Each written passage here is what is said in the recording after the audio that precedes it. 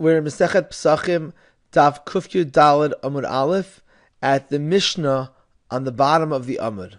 And we're going to focus on the beginning of the Mishnah. Heviu l'fan of mitabel b'chazeres, ad shemagia leparperes apas. They brought to the Seder table the dip of maror to be eaten. This is what we call karpas, but they brought maror as a dip to eat at that time of karpas. Ad shemagia leparperes apas. In before or until we arrive at the maror, which is to be eaten later, as parperes apas, which is eaten along with the bread. In other words, this maror as karpas, as aside from the maror which is eaten before the matzah at the point of the seder, which we call maror. This is an unusual situation because typically we don't use maror for karpas, and the Mishnah is presenting the case where maror, whatever vegetable was used for maror, was also used for karpas at the beginning of the Seder. The continuation of the Mishnah describes the other items brought to the Seder table. Heviu l'fan of matzah v'chazeres v'charoses v'shnei tavshilin.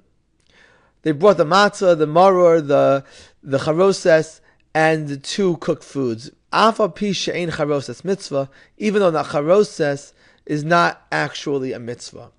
Rabbi Lazar ben Tzadok Omer mitzvah, and Rabbi Lazar holds that the charoses is a mitzvah. Uva mikdash hayu meviyin l'fanav gufo shel Pesach, and in the time of the Beis HaMikdash, they would bring the korban Pesach as well. So we're going to focus in the beginning of the Gemara on the beginning of the Mishnah, which deals with the maror and the karpas, and in particular, the situation of having the same vegetable used for maror and karpas. So we turn the daf to Kufyu Daled Amud Bet, and Amar Reish Lakish speaks. Zos Omeres, this Mishnah teaches us Mitzvot Tzrichot Kavana, that it must be that in general, the principle is that in order to perform a mitzvah, a person needs to have kavana, needs to have a mental focus and intent to fulfill that mitzvah. It must be the case that any action done without intent does not count as a mitzvah. And the proof is because otherwise, why would you be eating maror twice?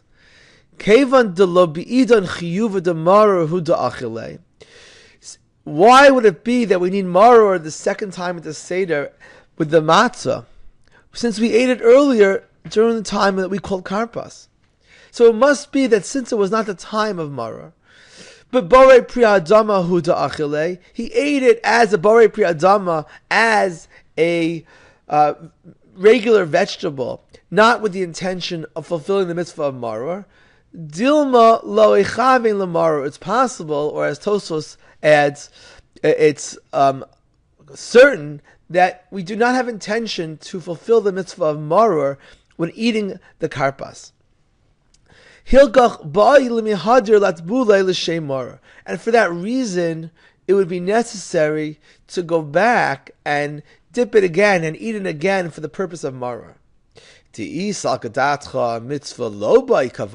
if you would consider the possibility that an action of a mitzvah performed without intent still fulfills a mitzvah, and mitzvahs don't need kavana, why would you need to have two tibulim, two dips, meaning two marors? That you had the maror the first time. What's the need to have maror a second time during the Seder? So it must be that the only possible reason is because Mitzvot Tzrichot Kavana, and since we don't have intention to fulfill the mitzvah of maror, therefore we do not fulfill the mitzvah of maror, and we need to eat maror again. And in fact, that would be the purpose of this Mishnah, of describing this unusual situation where maror is eaten twice. The Mishnah is telling us that you might think that if you did this, you would fulfill the mitzvah of maror. Comes the Mishnah to teach us the principle, the global principle, that mitzvos tzrichos kavana, that mitzvos need intention, and any mitzvah without intent does not fulfill the mitzvah. Comes the Gemara and rejects this proof. Mimai, this is not necessarily the case. Dilma liola, maybe in fact, mitzvos ein tzrichos kavana. Mitzvos do not require intention. And if you'll ask why we need to eat maror twice, it's for the purpose of what the Gemara calls hakera l'tinokos, for the purpose of waking the children up to ask questions. And we eat the two vegetables twice so the kids will ask questions. So really, the first time we eat the maror, we fulfill the mitzvah of maror during karpas, and we eat it again we eat the maror again in order to have an opportunity to do something unusual to motivate the children to ask questions. V'chi tema im kain lishmeinan she'ar yirakos. If the whole purpose of the Mishnah requirement is to have two vegetables, one for maror and one to incite questions, lishmein and sha'ar yirakos, why does the Mishnah describe this unusual situation of eating maror for karpas? It would have been even better to describe the normal situation where a different vegetable is used for karpas, and it would be clear that one vegetable is for maror and one is for karpas, and karpas is for the purpose of motivating the children to ask questions. Yashmein and sha'ar yirakos, if the Mishnah would have been taught in the case of sha'ar yirakos, where a different vegetable was used for karpas, hava amina, then I would say, heicho ti'ika sha'ar yirakos hu d'be'inan trei tibule. In a case where we have different vegetables, that's when we need to have two tibulim, two dips, or two vegetables, one for maror, one for karpas. Aval chazeres l'chuda, but in a situation where a person only has chazeres, only has maror, lo bai trei tibule, don't eat the maror twice. We would think that if you only have maror, better to skip the karpas and eat the maror for the maror and forget about hakera l'tinokas, because it's a downside when a person has the maror. When a person has the maror twice, what happens is that we fulfill the mitzvah of maror early during karpas. The maror later is only for hakera l'tinokos, but we miss out on the opportunity to fulfill the maror in the most ideal time, because the most ideal time to fulfill the mitzvah of maror is together with the matzah and the korban pesach, which is eaten later, because we have a pasuk al matzos umarorim yochluhu, that the pesach should be eaten with matzah and maror.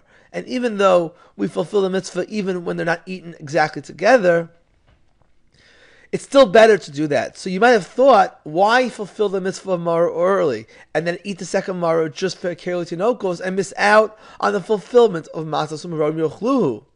Better to skip the karpas and fulfill the maror in the most ideal time. Kamash malon. So therefore, the Mishnah is taught in this way of describing a scenario where a person only has one vegetable. Ta'afilu chazeres, that even if you only have chazeres, but inon trei tibule, you still require to eat the vegetable twice. Ki hechi lahavi hakera l'tinokos, because it is important to create the hakera l'tinokos, and it's even more important than fulfilling the maror in the most ideal fashion. It's better to have hakera l'tinokos.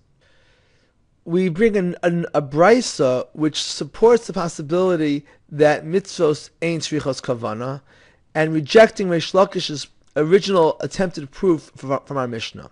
The brisa says, achlan demai, if we eat the maror, which is demai, which is not completely kosher because we don't know if maaser and truma was taken from it. And midrabanan, it's forbidden to eat demai until taking trumos or masros again. So the halacha is that nevertheless, if demai was eaten was although forbidden was eaten, a person fulfills the mitzvah of maror. Achlam lamaskavein yatsa. If you eat without intention to fulfill the mitzvah, you fulfill the mitzvah. Achlan lechatzayin yatsa. If you ate the maror in two different spurts, and you pause in between, you fulfill the mitzvah. Ubelvad shlo yishe ben achila l'chaverta yoter michadei achilas pras. As long as you don't delay in between one time of eating and the other time of the eating more than the time that it takes to eat a measure of pras size of maror. So here there's an explicit brisa that we're focusing on achlam lo miskavein yatsa. So the brisa clearly says that you fulfill the mitzvah without kavana, unlike Rish Lakish's original attempt to establish that mitzvahs do require kavana. So the Gemara responds and says Tanahi that although there's one brisa which says you don't need kavana, this is actually a machlokes among Tanaim. And Rish Lakish was simply trying to align our Mishnah with the other view. The Tanya, and that source is Rabbi Yossi. Rabbi Yossi Omer, Afal Pisha Tibel Bechazeres, even though you had maror for karpas, mitzvah lahavi lefanav chazeres v'charoses v'shnei tavshilin. You still need to bring back more maror with the charoses and the two tavshilin. So this Mishnah, this brisa clearly shows that Rabbi Yossi thinks that why you need to have maror a second time, clearly because mitzvot tzrichot kavana. V'akati, this is not compelling. Mimai, this is not necessarily so. Dilma kasava Rabbi Yossi, mitzvot ain't tzrichot kavana. Maybe really Rabbi Yossi thinks that mitzvot do not require kavana. V'haida be'inon trei tibule, and that which she requires a second maror, ki heichi delahavia keirel tinokos. Just like we stated earlier, in order to make it noticeable for children to spark their interest and questions.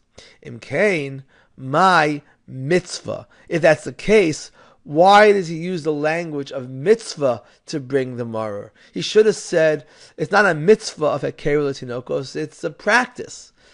The word mitzvah proves that Rabbi Yossi thinks you don't fulfill the mitzvah with the first time because of the lack of kavanah. So we see here explicitly, the Gemara concludes, a machlokas tanoim, whether a person can fulfill the mitzvah or any mitzvah without intention. Rish Lakish tried to prove from our Mishnah that mitzvahs do require kavanah, but we reject that as a compelling proof because our Mishnah might think you don't need kavanah and is concerned with a keirel tinokos, which the Gemara concludes is even more important than fulfilling maror in the most ideal way.